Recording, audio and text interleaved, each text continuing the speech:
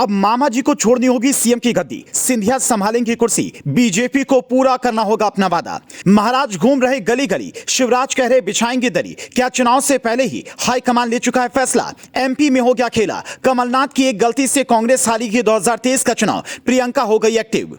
मध्य प्रदेश में अचानक से महाराज एक्टिव क्या हुए? उनके समर्थक यह मानने लगे कि दिल्ली से महाराज की ताजपोशी का संदेश आ ही गया है। सिंधिया साहब मुख्यमंत्री की कुर्सी के करीब पहुंच चुके हैं। एक तरफ मामा जी की उम्र का तकाजा है, दूसरी तरफ मध्य प्रदेश बीजेपी को नए चेहरे की तलाश, जिसमें ज्योतिरादित्य सिंधिया सबसे फिट बैठते हैं। क्या इसी वजह से शिवराज सिंह चौहान अभी से यह कहने लगे हैं कि पार्टी अगर कहे तो हम दरी बिछाने को भी तैयार हैं? या फिर सिंधिया से जो वादा बीजेपी ने किया था वो पूरा करने का सही वक्त अब आया है?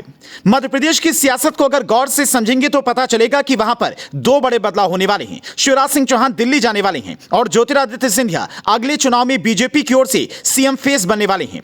अब आप कहेंगे इस बात का आधार क्या है, तो यह भी समझने की कोशिश करते हैं। आपको याद होगा साल 2018 के चुनाव के बाद मध्य प्रदेश में कांग्रेस की सरकार बनी, कमलनाथ मुख्यमंत्री बने, तो सिंधिया कैसे अपने विधायकों के साथ बीजेपी में चले गए थे। कहते हैं कि उस वक्त सिंधिया की डील सीधा अमित शाह से यह हुई थी कि आप अभी चले आइए और अगले चुनाव में आपको सीएम फेस बनाएंगे।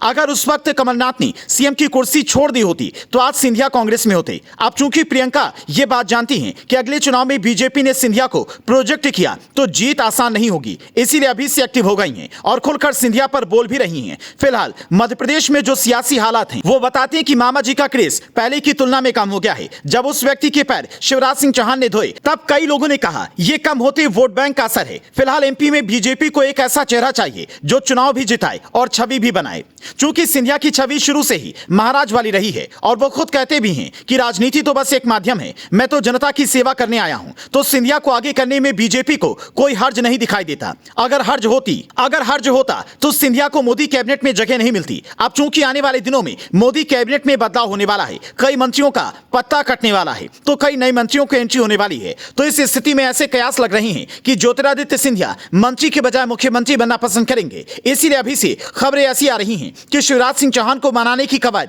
तेज हो गई है। अगस्त 2022 में जब शिवराज सिंह चौहान और नितिन गडकरी बीजेपी के संसदीय बोर्ड से हटाए गए तभी यह सवाल उठे थे कि 64 साल के शिवराज सिंह चौहान को क्यों हटाया गया। ऐसे में अगर सिंधिया की एंट्री एमपी में बतौर सीएम फेस होती है तो शिवराज के पास दो रास्ते होंगे, या तो उन्हें मोदी कैबिनेट में जगह दी जाएगी या फिर संगठन में कोई बड़ा पद मिले। चूंकि मोदी शाह की जोड़ी अचानक से फैसले लेकर सबको चौंका देती है, इसीलिए यह अनुमान लगाना भी मुश्किल है कि मध्य प्रदेश की सियासत का असली शहंशाह कौन होगा। गुजरात से लेकर उत्तर प्रदेश तक जिन नामों की चर्चा बतौर मुख्यमंत्री रही उन्हें फाइनली कुर्सी नहीं मिली। ऐसे में सिंधिया के नाम पर चर्चा का विषय क्या होगा यह आने वाला वक्त ही बताएगा। पर फिलहाल आप यह बता सकते हैं कि आप किसे एमपी का सीएम देखना चाहते हैं।